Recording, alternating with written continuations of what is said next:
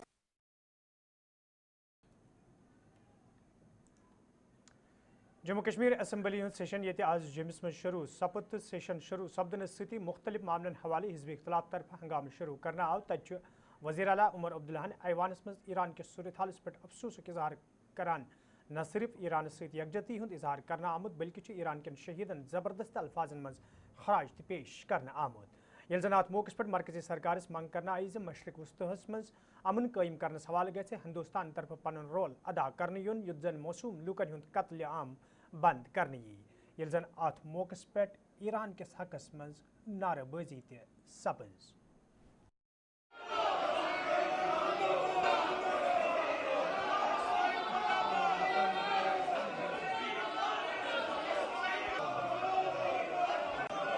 Honorable Speaker Saab,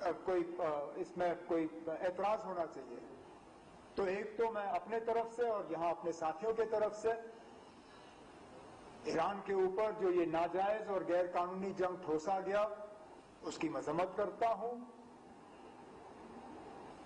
آیت اللہ خامنہئی صاحب اور ان کے ساتھ جو ان کے ساتھی شہید ہوئے ان کے ساتھ غم اور تعزیت کا اظہار کرتا ہوں. اس کے ساتھ جو بات ممبر اسمبلی ترال رفیق احمد نائکن ایوانس مز جعلی نیوزن ہندس بحثس دوران ایوانس وونمت قانون بنانے ست ضروری پریت کان نبائی پن ذمہ داری یت زن یمن نیوزن پہ روٹ لاگنس مز تہ آسانی سپدے. یہاں ہمارے متر آر ایس پٹھانیہ صاحب نے ایک فیک نیوز کے سلسلے میں ایک اپنی ریزولوشن لائی. میں اس کے سپورٹ میں کھڑا ہوا ہوں, لیکن اپنی چند باتیں میں آپ کو پتا ہنسی مذاق میں بتا دوں. فیک اور جھوٹی نیوز, ایک فیک ایک جھوٹی, دونوں سماج پہ اثر ڈال رہے ہیں. 1990 سے آپ اگر دیکھیں گے تو اگر یہ برا نہ مانے آپ لوگ بھی, کوئی برا نہ مانے, تو میں بات کرتا ہوں دل کی.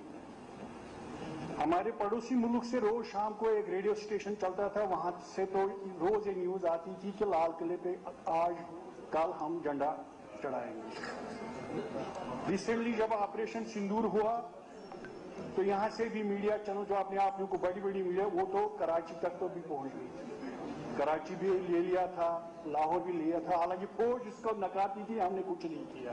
یہ ایئر اسٹرائکس ہو رہے ہیں, کوئی لینڈ فورس نہیں جا رہی. یہ فیک زمانہ ہے. یہاں بڑے بڑے پریزیڈنٹ بنتے ہیں فیک نیوز. اس میں میری ایک گزارش ہے, یہ سماج ہے, لوگ جانتے ہیں.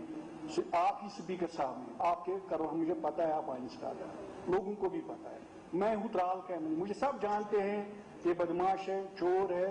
اگر کچھ بھی آپ نکالیں گے سب ان کو پتا ہے.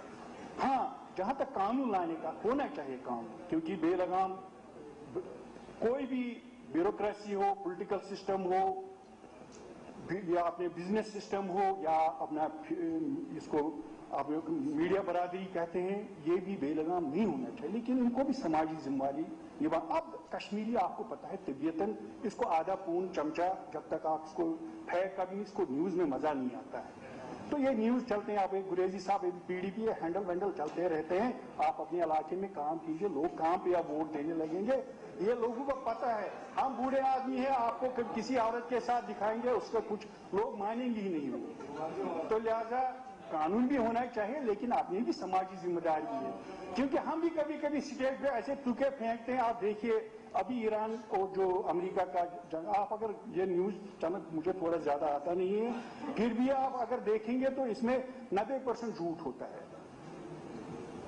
امریکہ اتنا بڑا ڈیموکریٹک ملک ہے, وہاں دیکھیے آپ کیا حال ہے آج پیپرز کا. یا اسرائیل کا جو بھی یہ کہتے ہیں, وہاں کا اگر آپ دیکھیں گے نا اندرونی حال, وہ باہر نہیں, سچ باہر نہیں آتا ہے لیکن نکلتا ہے. پھر چاہے لوگ کتنا بھی اس کو چھپائیں, جھوٹ کو کتنا پھیلائیں, لیکن سچے کی جیت ہوتی ہے.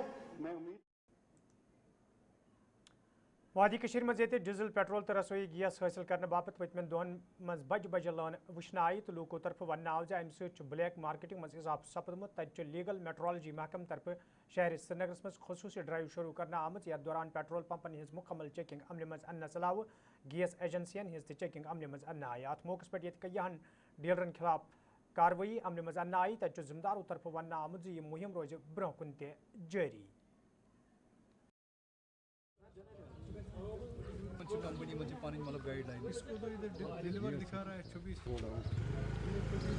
ہم ڈپارٹمنٹ آف لیگل میٹرالوجی سے ہیں.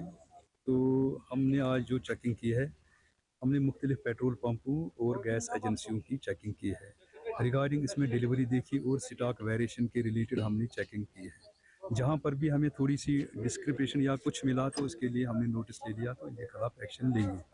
تو باقی مطلب ابھی جو چیکنگ جاری ہے, تو کچھ کسی جگہ پہ ہم نے کچھ سیمپلس لے لیے ہیں. ہم دیکھ رہے ہیں ان کا جو ایشو ہے وہ ہم ان کو نوٹس ہم ایشو کر رہے ہیں.